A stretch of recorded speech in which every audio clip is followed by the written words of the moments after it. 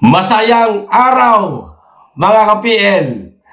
Napansin po ng ating mga kababayan ang isang viral video, mga kababayan, ni Da Junior na naghahabol ng hininga.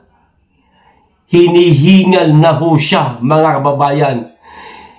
Malalim po ang hugot ng kanyang paghinga na tila bagay mayroon ng malubhang karamdaman na nararamdaman itong mama. Isa ho yan sa hinala ng ating mga kababayan.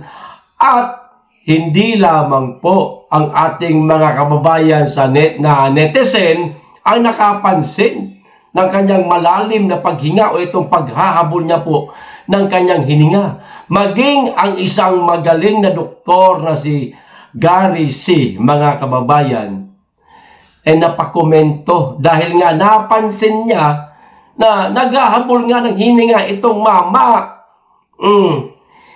Ito ho yung video. Panoorin po natin. Dalawang video ho ito. Pagkumparahin ho natin, mga kababayan. Unahin ko pong ipapakita sa inyo etong hinihingal na nga siya. Yung bang hirap na siyang huminga. Alam nyo yung kasabihan po nung kalokohan ng ating kabataan na isang bulati na landa. Ang pipirma tapos na. At etong pangalawang video naman, dumalo siya sa rally ng Bagoong Pilipinas, mga kababayan. Kung hindi ako nagkakamali, isang buwan lamang po yata ang pagitan nitong dalawang video. Nauna siyempre, itong rally nila na kalakas-lakas pa ho niya, mga kababayan. No? Masigla pa siyang magsalita. No? Nagbibiro pa nga. Nang aasar pa nga sa PDP laban, mga kababayan. Pero makalipas ang isang buwan, eto na ang nangyari sa kanya.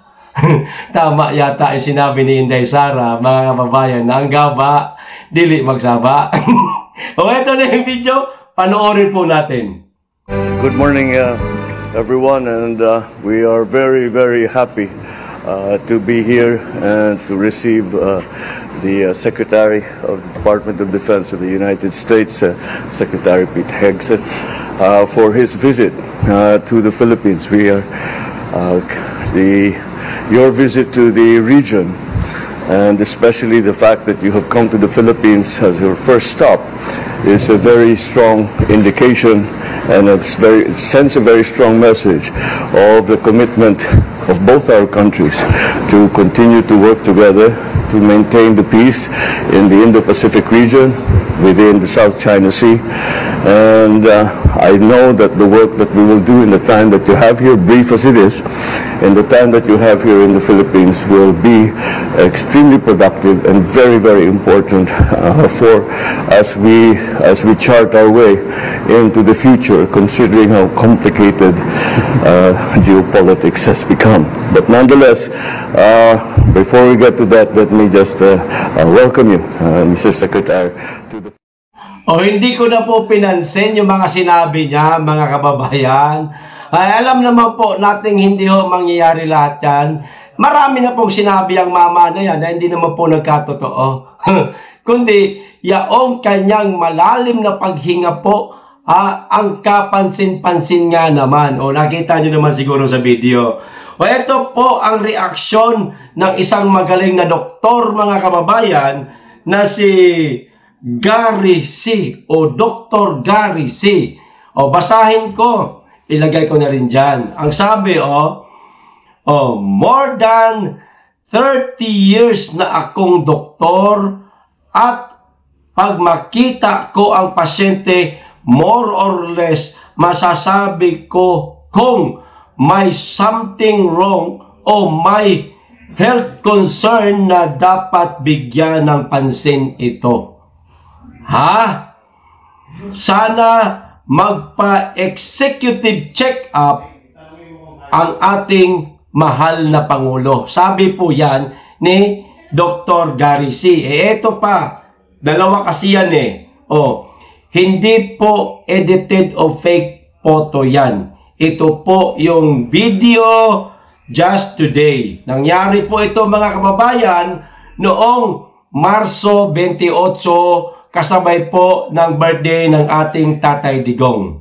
Sa loob po mismo ito ng palasyo sa Kalayaan Hall mga kababayan. Hinihingal, kita nyo na ha, manas ang mukha, may skin discoloration and teary eye, bad physical sign, aniya mga kababayan, sabi po ni Dr. C.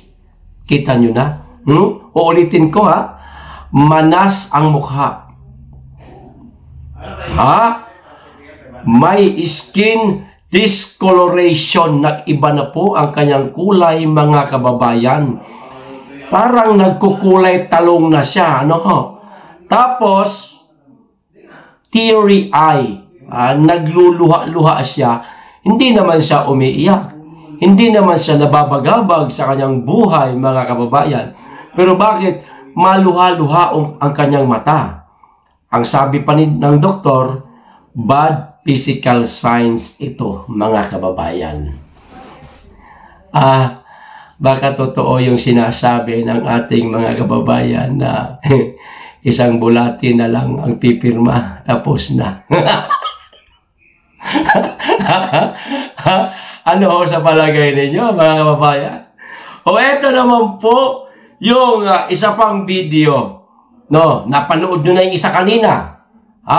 Na putol-putol ho yung kanyang pagsasalita. Yung bot-bot. Ganon. Di ba? Kasinungalingan to. Hihinga siya bago siya ulit magsalita. Kasi nga, naghahabol siya ng hininga. Para bagang bumababa na ho yung kanyang oxygen level, mga kababayan.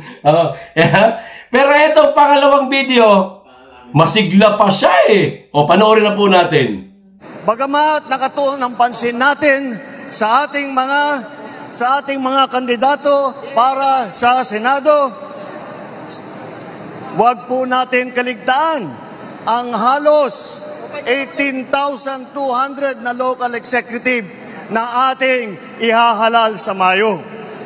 Nabanggit ko po ito dahil may pagmamalaki ng alyansa na kami lang ang may kumpletong ticket mula sa senador hanggang sa sangguniang bayan ng pinakamaliit na bayan ng buong Pilipinas.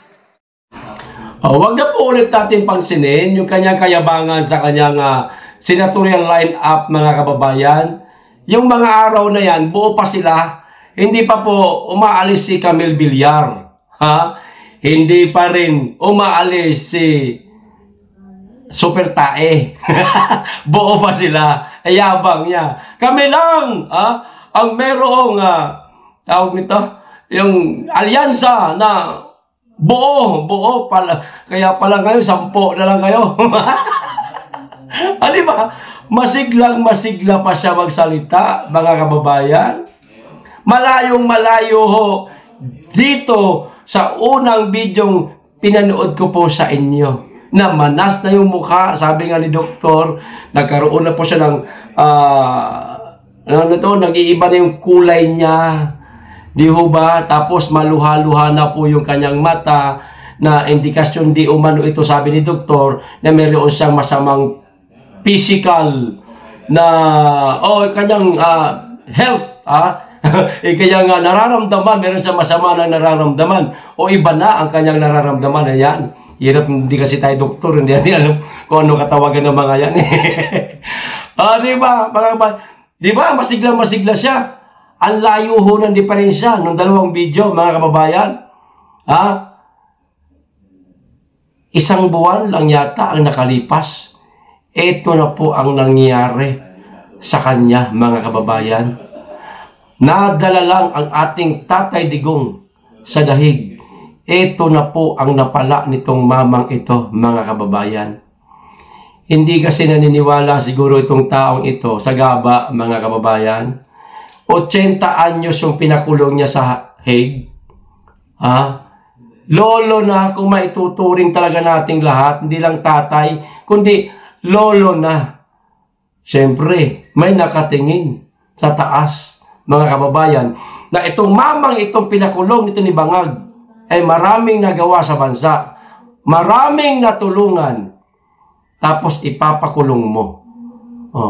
Dahil dyan sa, alam nyo na mga kababayan, sa mga pagbanat ni Tatay Digong sa kanila, tama naman yung sinasabi ng ating Tatay Digong. Diba? Siguro nasasaktan na sila. Kaya, pinadala sa dahig, pinakulong. Ayun, ang gaba, dili magsaba, tumama sa kanya, mga kababayan. O baka naman, sabihin natin, wala siyang, health issue, mga kababayan. Sabihin natin maganda ang kanyang kalusugan. Baka totoo yung sinasabi ni Maharlika na dalawa ang Marcos, mga kababayan. Hindi kaya? Kasi, pansinin po ninyo, yung unang video, pininood natin, maganda na, di ba? Ang tanda na ng itsura niya, stress na stress siya. Tulad nga ng sinabi ni Dr. C, mana sa mukha, nagkaroon na ng kakaibang kulay ang kanyang balat, di ba? At meron ng indikasyon na meron siyang masamang karamdaman. At ang pangalawang video, batang-bata hindi mana sa mukha, payat, hindi malaki ang eyebag, mga kababayan. Di ba? Minsan ang nabanggit ni Maharlika sa kanyang vlog na mayroong clone di umano, itong mamang ito. Ano kaya sa palagay ninyo, mga kababayan? Pero kung alin man dyan sa dalawa, papipiliin ako kung halimbawa, meron siyang clone. Kasi marami pong mga kilalang tao sa ating mundo na meron pong mga clone. Katulad na lamang po ng isang presidente, hindi ko na lang po babanggitin kung sino siya, basta sa bandang Middle East, meron siyang clone. Maging ang kanyang anak, meron ding clone. Meron pa ng movie niyan na kuha sa, ang istoryang ito, itong movie na ito, sa totoong buhay. Magagawa ba ni Marcos? Bakit hindi? May pera sila, mga kababayan. Di ba? Uulitin ko ang tanong. Kung ako papipiliin, kung siya ba ay may clone o meron ng masamang nararamdaman sa kanyang katawan, siguro dito ako. Mga kababayan, hindi sa gusto ko lang sa mategi, mainam kasi yung ganon, yung meron siyang masama na nararamdaman, at least kahit paano, kaya naman siguro pagalingin niya ng mga dalubhasa, mga kababayan, kung gagaling. Di mo ba? Kayo, alin po sa dalawa ang pipiliin ninyo? Paki-comment. Hanggang dito lang. Maraming salamat. Mag-iingat kayo lagi at higit sa lahat, mahalin natin ang Pilipinas.